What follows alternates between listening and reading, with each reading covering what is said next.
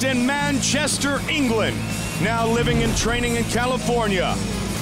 He is the UK's biggest star.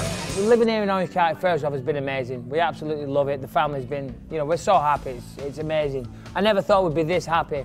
Unfortunately, we're not in a rush to go back to England. I miss England, I love it, etc., but we like it here. Well, April 27th, I've got a big fight. It's co-main event, Alan Belcher.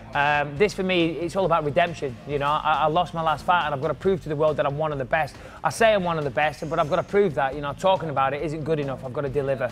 I'm going to do everything in my power to ensure I do that. Michael is a very well-rounded mixed martial arts fighter. To use an expression that I'm not comfortable with using, you're going to see the old Michael Bisping from my early career. I'm going to go out there, I'm going to push the pace, I'm going to be super aggressive right from the start.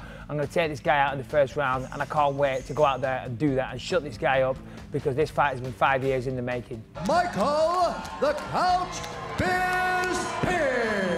I've had my fair share of boos, I've had my fair share of cheers, I'm never sure which one I'm going to get. If I'm honest, I think I've kind of turned the corner on that these days, and I think people are coming round, and I certainly get more cheers these days.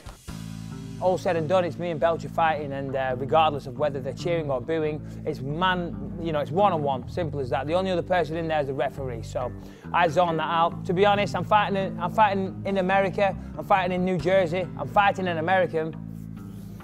I think I'm going to get cheered. When things aren't going well, that's when you've got to make changes, and I think one of the main things, you look at your camp and it's easy to point the finger at coaches and sparring partners and this and that, but you've got to be honest with yourself. And I think one of the things I was guilty of was maybe a lack of discipline between fights.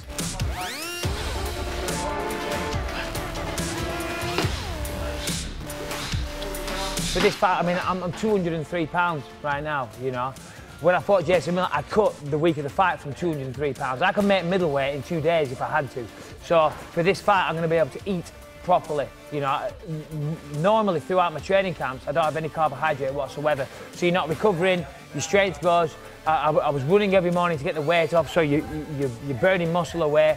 And at the start of the camp, I'd feel really strong. By the end of the camp, yeah, I'll be fast, yeah, I'll be light, yeah, I'll be in great condition, but I'd lost a lot of power and maybe somewhat left my fight in the gym. So for this fight, as I said, I've kept the weight off. I've trained every day since my last fight.